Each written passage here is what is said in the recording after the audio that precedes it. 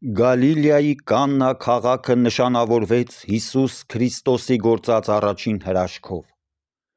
Նա իր աշակերտների հետ հրավիրվեց այս քաղաքը մասնակցելու մի հարսանիքի։ Այնտեղ էր և նրա մայրը,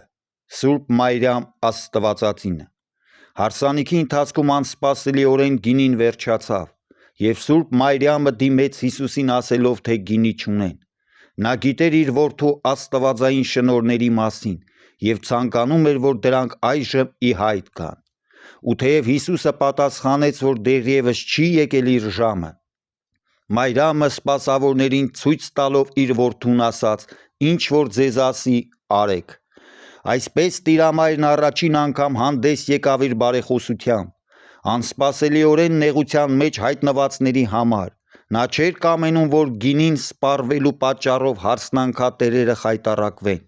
Աստվածամայրը գիտեր նաև, թե ինչ մեծ խորհուրդ է կատարվում այնտեղ, ուր ներկա է Հիսուսը։ Գիտեր, որ գինին խորհրդանշում է Աստծո հետ կենդանի հաղորդակցությունը, որից զրկվելու եզրին էին հրեաները, քանզի ավարտվում էր հին ուխտը և սկսվում էր նորը։